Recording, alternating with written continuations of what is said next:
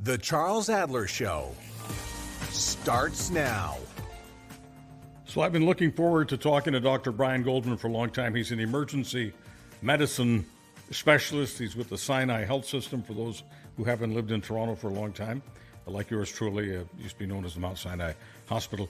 He hosts a CBC radio show, also a CBC podcast called The Dose. White Coat, Black Art is the name of his CBC radio show. Dr. Goldman's new book is The Power of Teamwork, a bestseller, of course, in Canada. And his Twitter handle, I love this. I've been following him on Twitter for quite a while. Night Shift MD. And we're about to talk about the Nobel Prize in medicine.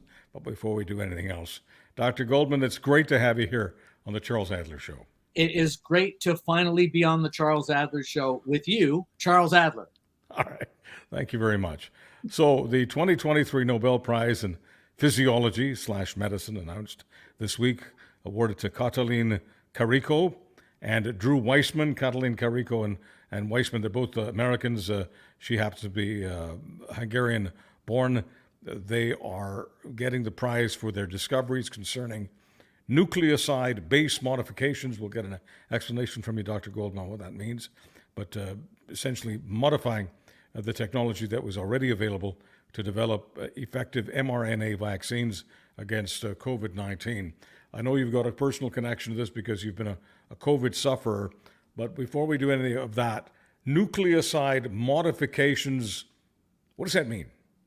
Basically, what they have done is found an elegant way to get the body to inject a substance which, instead of being the virus particle, inactivated virus particle that gets the immune system to develop antibodies against it, which is the usual way for making vaccines, what they do is they provide a strand of viral mRNA, messenger RNA, which goes into human cells and teaches those human cells how to make the virus particle that the immune system can then develop antibodies against, or T cells can be worked up to attack. And it's just a cleaner, more elegant way of getting the immune system to crank out antibodies or crank up the immune system to fight viruses, including COVID. It works splendidly well for coronaviruses. In fact, it was developed for coronaviruses, but the technology can be used for flu viruses. It can be used for ultimately, I hope, for cold viruses and all kinds of other infectious diseases, which makes this discovery transcendent enough to deserve a Nobel Prize. Is this elegant process that you're talking about, is that what has created the rather inelegant criticism? The fact that they weren't doing what they generally do. You mentioned injecting pieces of virus, but they were essentially getting the cells to do something different, which is what created the immunity. Is that what, in your opinion, has made it such a big fat target for the anti-vax crowd? So, the answer is yes, but I think there's two things that happened. You're absolutely right. There was something about injecting a strand of mRNA that turned into the myth that somehow your genome, the human genome, was going to be transformed. It's not. What they're doing is injecting a substance which goes into cells, and then the cells make the protein, and eventually, that fires up the immune system. It doesn't transform your DNA. It has nothing to do with DNA because it's RNA. So it can't possibly change your DNA. But that became the excuse. Oh, that's what they're doing. In fact, what they're sending is a radio transmitter that will allow, these vaccines are going to allow me to be tracked. Nothing could be further from the truth. All right. So that's but the reason why that's... I need to ask you this because oftentimes the way to destroy a sort of non-argument is to posit the scenario. A lot of scientists, I don't think, have the creativity to do this, but I know that you as a public communicator can do this, Dr. Goldman. Let's just give the devil his due, okay? If the human genome were altered in some way by this mRNA vaccine, what would happen to us as human beings if the human genome was actually altered, which of course is their allegation?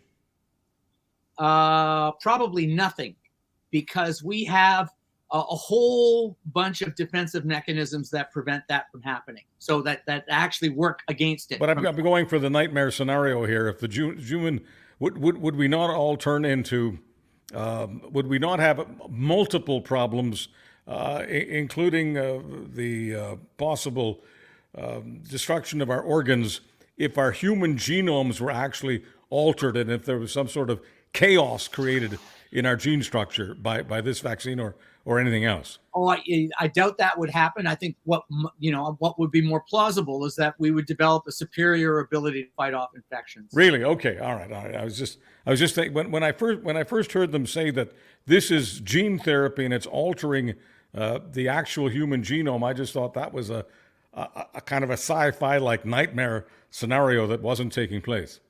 Yeah, but DNA and RNA are apples and oranges, and Okay. and so you're not going to affect the orange grove with apples. Right. You're focusing on the RNA, and I guess what I'm saying is their implication was that our actual DNA. I should have phrased it differently in my question to you. The allegation was that our DNA was being altered. That's my That is correct. That is absolutely correct. There was another issue that I think was more important and more plausible, and that was that the vaccines for coronavirus, for COVID, had been developed with lightning speed, too fast to have been properly tested.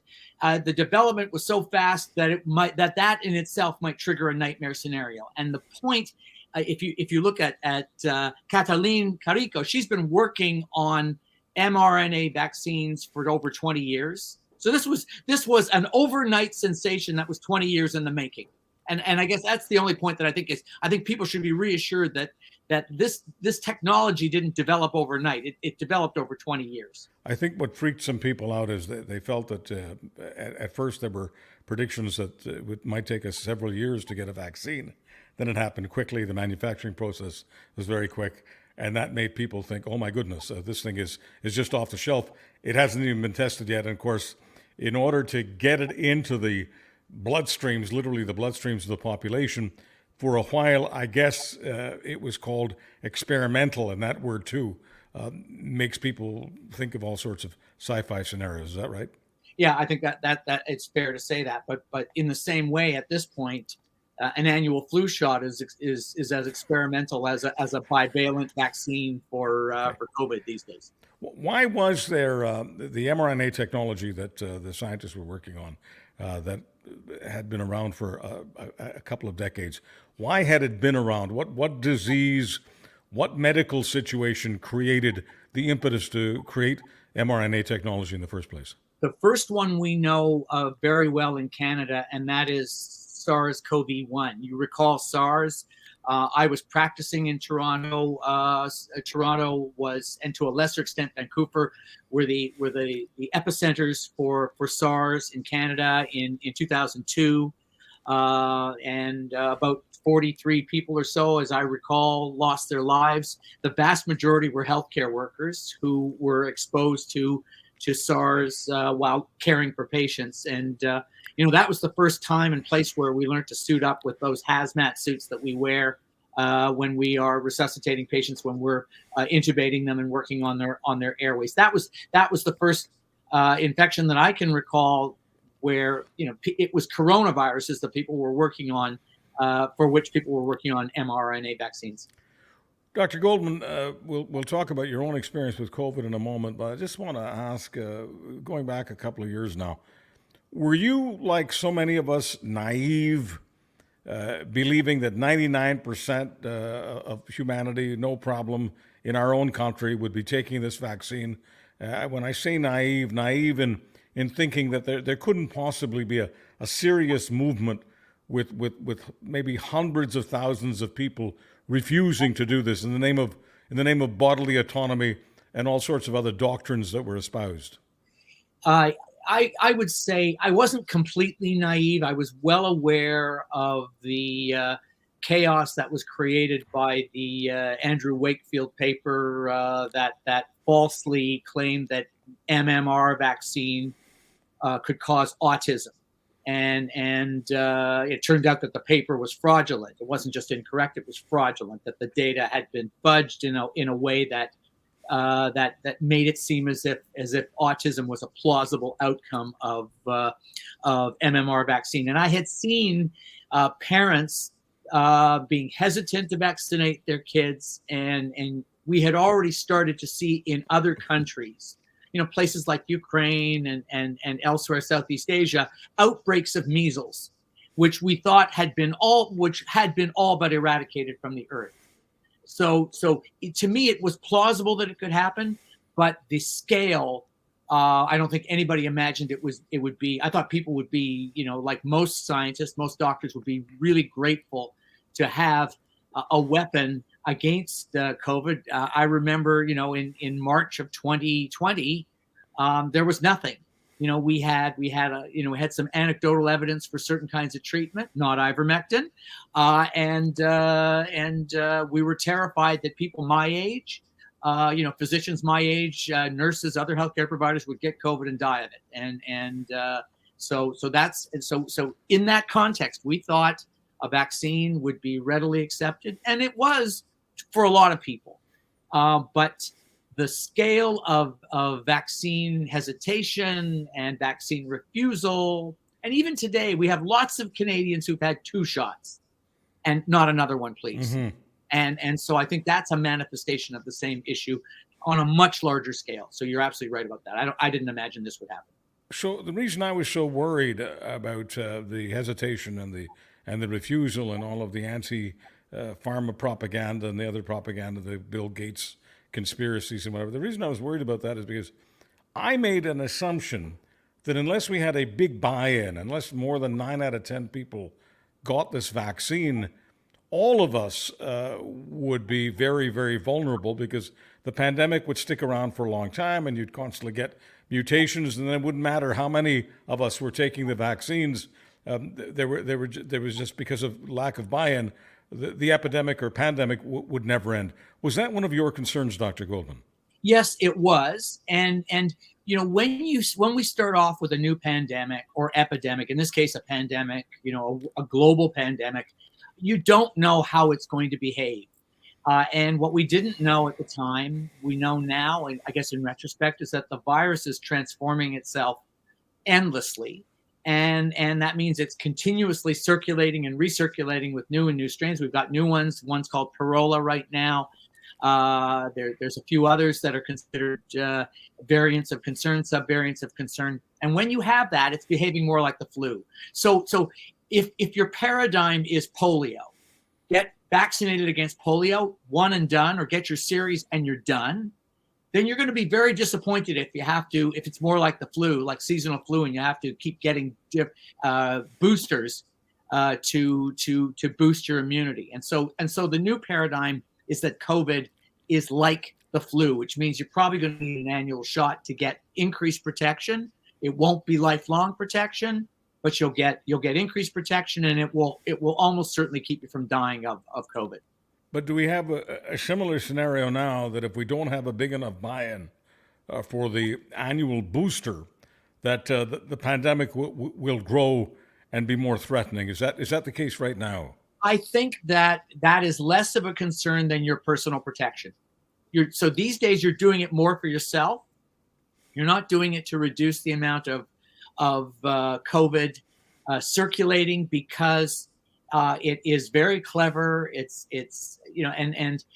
think that the COVID vaccines are excellent at reducing the complications of COVID, but not as good at preventing the spread of COVID.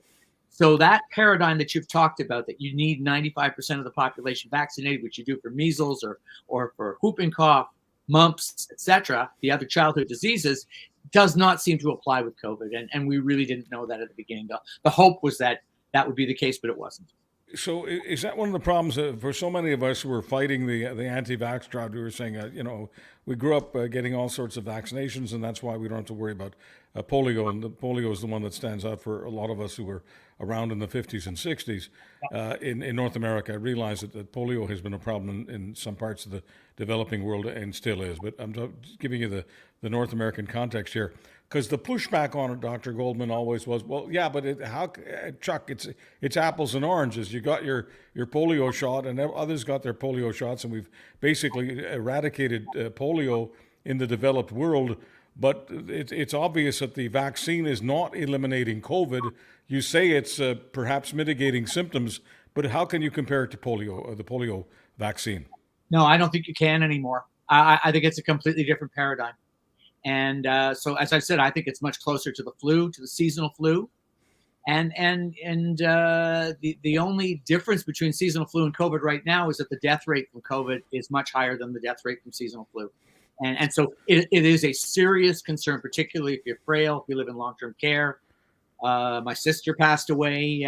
She had young onset dementia, and for her, getting COVID was the last straw last December, and she passed away in January. And a lot of seniors will come to the same fate unless they're vaccinated. And if they're vaccinated, then they are then they're more likely to survive an episode of COVID and less likely to be hospitalized if you happen to be living in the community. So I live in a community with a sizable seniors demographic, and some have asked me to ask someone of your caliber this question. And they all remember polio, of course, if we can develop a vaccine that virtually eliminates polio, why can't we do one for COVID? And do you think that might be in the pipeline as we speak? Yes, the answer is what we can, and it is in the pipeline. There is the problem, the challenge with COVID is that the spike protein and some of the other identifying features on the spike protein of COVID keep mutating. And so the hope is to develop a vaccine against the parts of the COVID molecule that don't change. And that means they stay the same regardless of the mutation. And once you do that, you'll have an effective vaccine which can neutralize all kinds of COVID, no matter how they mutate. That researchers are working on that for flu shots, that there be a permanent flu shot instead of an annual flu shot. And the messenger, the mRNA technology may help us to do that. The challenge has been, it's not the messenger RNA technology that's failing, it's that it is being primed to attack parts of the spike protein of the COVID virus particle that are mutating. And when scientists are able to figure out how to develop an mRNA vaccine that attacks the non-mutating, non-changing parts, then you have the beginnings of a permanent vaccine. I guess we've got greater luck when it comes to a vaccine for shingles, because people seem to be taking those two shots, and they're not getting shingles, and they're not being told that, well, this will help you with symptoms of shingles. They're just not getting it. Is shingles, I realize here too, it's an apples and oranges thing, but what's the difference between fighting shingles and fighting COVID? Yeah, again, it's a different technology, and it's chickenpox has lent itself to varicella zoster has lent itself to the development of a vaccine that provides antibodies, and once you have antibodies against it, it attacks the virus and keeps you from getting infected. And we have lots of diseases like that, and so shingles is a recurrence of varicella zoster, and so we have a powerful weapon against that. So the difference is that in the case of varicella zoster, in the case of the shingles vaccine, it's attacking a part of the virus that isn't changing, and so because it isn't changing, if you attack it, whatever vaccine you take now will be effective next year or the year after that or the year after that. I'll get back to COVID in a second, but because we're on the shingles train right now, let's just ride it for a little bit more track here, because here's the question. You immediately brought up chickenpox because it's connected. If someone is highly aware, I'm speculating, if someone knows that they did have chickenpox as a child, and because they're alive, thankfully, they developed some so-called natural immunity. Is that good for life? Does that mean they don't have to worry about shingles and getting a shingles vaccine? Well, it depends on their experience. If they didn't get chickenpox because they got the chickenpox vaccine, then they're at risk of getting shingles too, and they need to get the shingles vaccine. So in theory, because shingles is a recurrence of a long ago chickenpox infection, if you weren't infected, if you're certain that you weren't infected, then you're not going to get shingles. However, you could potentially get chickenpox. And if you have a compromised immune system because you're a transplant patient, or you're on other immunosuppressive therapy, because you have an autoimmune disease, for instance, then you wouldn't want to get chickenpox, and you'd want to be vaccinated against it. So I'm confident that you've had all your shots and your boosters, but you had COVID. What was your experience with that, Dr. Goldman? It was a recent experience. I'm almost certain that I received the Parola variant, which is now starting to become more dominant. It was not the worst illness I've had in my life, but it was not a cold. I was quite fatigued. I had a persistent cough for nearly 4 weeks, and it just suddenly cleared. I have asthma, dormant asthma, and my asthma got worse, and I had to be on puffers. So I can say it's an illness that, people talk about the survivorship of illnesses as if it's a badge of honor. First of all, there are lots of people who would have gotten a lot sicker with the same strain that I contracted. And frankly, by getting sick, I was unable to work in the emergency department for several days. I had to follow protocol so I didn't infect my colleagues or risk infecting my colleagues. So that put a burden on them. And in our society, in general, at least until recently, reducing the burden of illness and reducing the risk of death was considered a worthwhile goal. And certainly I believe in that. I continue to believe in it. Is the vaccine for the new variant available everywhere in Canada? Do you know? The vaccine, no, it is not available everywhere, and I'm quite confused because I know that Quebec, for instance, Manitoba, other provinces are supposed to be rolling out their vaccine programs, so they're going to have a COVID and flu shot available more or less simultaneously. And yet, we've heard from Health Canada that there have been delays in the delivery of vaccines. The Moderna one should be the one that's most likely to be available first, followed by the Pfizer-BioNTech vaccine. But check with your province, check with your local public health units or your family doctor, nurse practitioner, to make sure that it is available, because I know there have been some delays. I guess I'm going to ask you for political opinion here, and it's like anything else in a free country and a freewheeling podcast conversation. You don't have to respond. Should there be a national law that imposes upon provinces the mandate to pay the pharmacists the same fee that has been paid for the last couple of years? Because apparently some provinces are deciding they want to become miserly with the pharmacists, and my fear on this is that it'll mean we don't have access to as much vaccine as we need.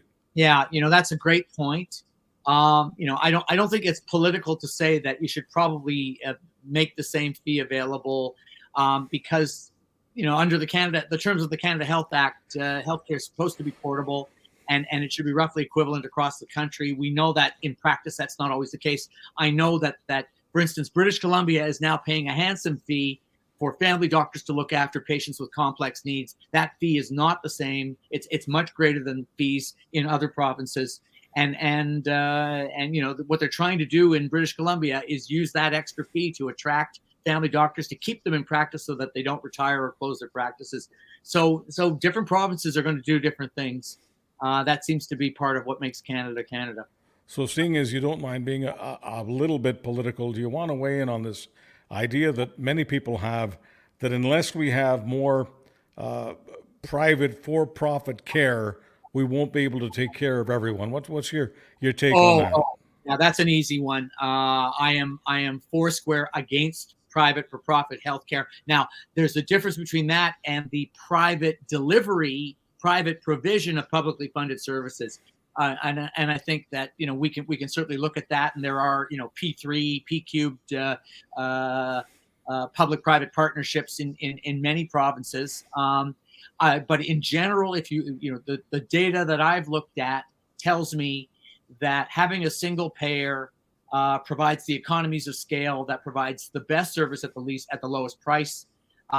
It removed and that doesn't mean that publicly funded healthcare is a panacea. There are plenty of problems with publicly funded, things like emergency departments being closed for many hours of the week, or sometimes even days or even weeks at a time, which is awful as an emergency physician. Not enough long-term care beds, not paying nurses enough. So there are plenty of problems in the system, but those problems will not be solved by private for-profit healthcare. Quite the contrary, will exacerbate other problems, and you'll have places where the temptation to have a decreased level of care in return for higher profit would just be too great. Dr. Goldman, you're an emergency doctor. How many 24/7 fully operational emergency units are there in the city of Toronto? Would you know? Oh, I don't know offhand. I mean, I imagine it would be somewhere around 20 or so, but it would be of that order. The reason I'm asking is because there's been a controversy here in Manitoba, and of course the election is today. For those people who are listening or watching after October 3rd, it'll be a different day, but October 3rd is when we're laying this conversation down with Dr. Goldman, and October 3rd is the day for the provincial election.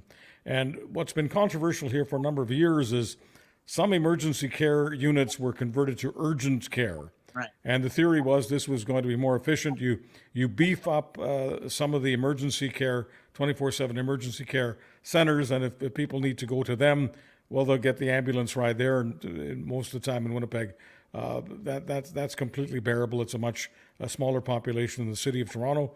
And of course, we were also told that the city of Toronto only has about 3 fully operational 24/7 emergency cares. The person who's likely to become the new premier says he wants to restore the old way and reopen those 3 hospitals, reopen their emergency care units. Some people say that doesn't make any sense. We don't have enough doctors and nurses to staff them.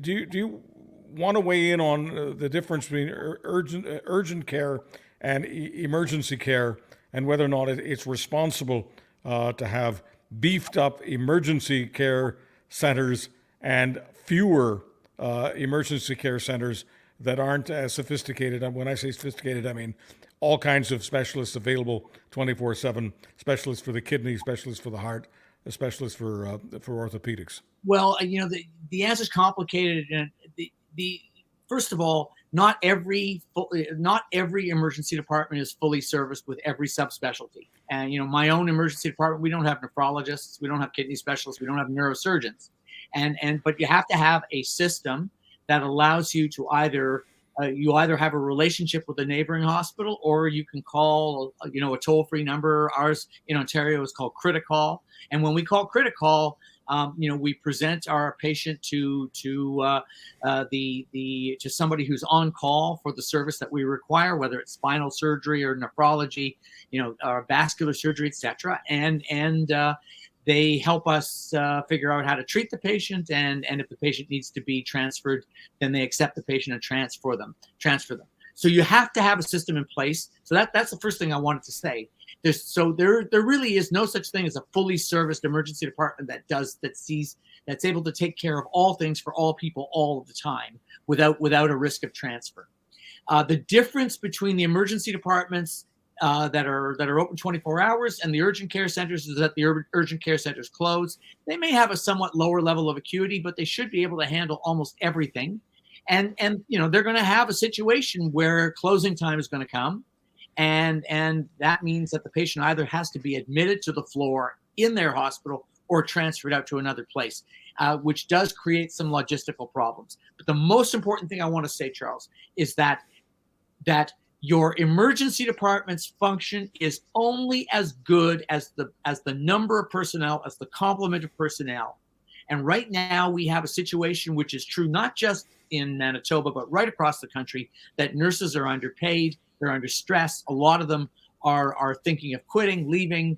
COVID didn't help them. They didn't get the respect that they deserved. In many provinces, they were redeployed against their will. They had to work many days in a row.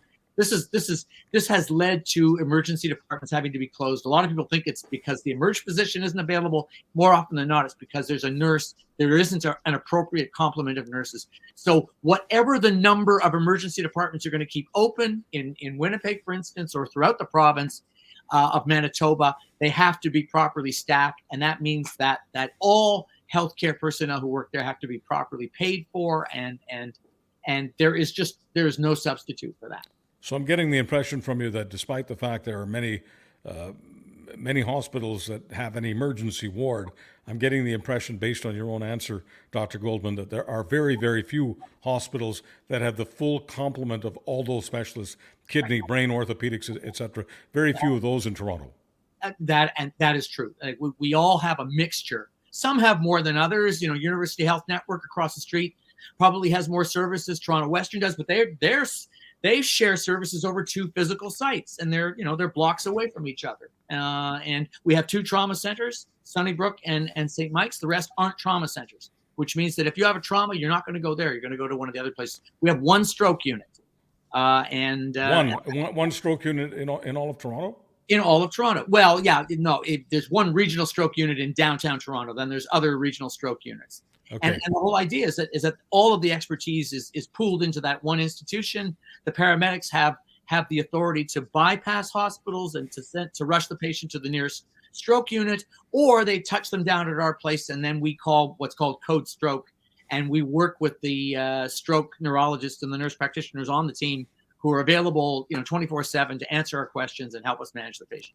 I think it'd be impossible for any objective person to listen to this conversation without developing an even healthier respect for the paramedics working in this country. Absolutely. Yeah, they have my undying admiration and respect. Yeah.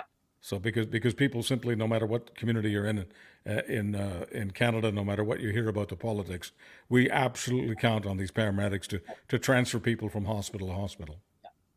I agree. So, Dr. Goldman, let's just wrap up on the business of COVID. I want to give you the microphone here. What's your message to people across the country in October of 2023 on where we're at with COVID and where they need to be with giving themselves the most amount of protection? Okay. So, at this point, we are way past mask mandates. Nobody's going to make anybody wear a mask at this point. It's all a personal decision, and there aren't going to be vaccine mandates. It's just going to be a personal decision. So first of all, if you are, just be aware that COVID cases are on the rise once again, and hospitals are starting to see more patients, admitting more patients with COVID. And very soon that will be followed by the flu and also respiratory syncytial virus, or RSV. So the most effective thing that you can do is think about where you're going to be. If you're going to be in large indoor congregate settings, the weather is nice in many parts of Canada, but it's getting colder. As it gets colder, you're going to be congregating indoors with lots of other people who aren't wearing masks. And you don't want to find out that they're sniffling and sneezing and coughing and hacking away, and nobody's wearing a mask, and you're not wearing a mask until it's too late.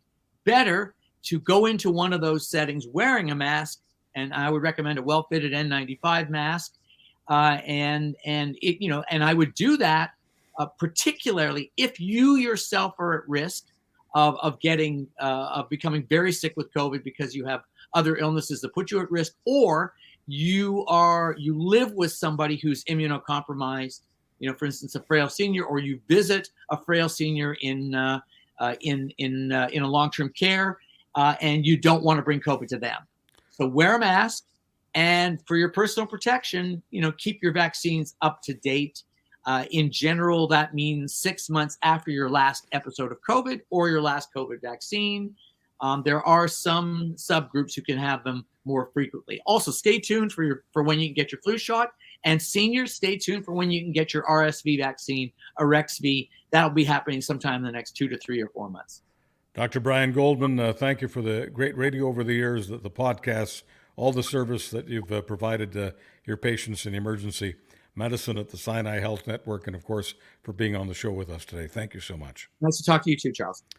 Brian Goldman spoke to us from Toronto. I mentioned a few moments ago that he's got podcasts and radio shows on the CBC easy to find out what all of that is about. Just go to his Twitter handle at NightShiftMD, at NightShiftMD. If you're not on Twitter, just go to Google and look for Dr. Brian Goldman in Toronto. Thank you so much for joining us. I'm Charles Adler. Catch Charles Adler Mondays on Real Talk with Ryan Jesperson. Twice a week in the Winnipeg Free Press. And every day at criermedia.co.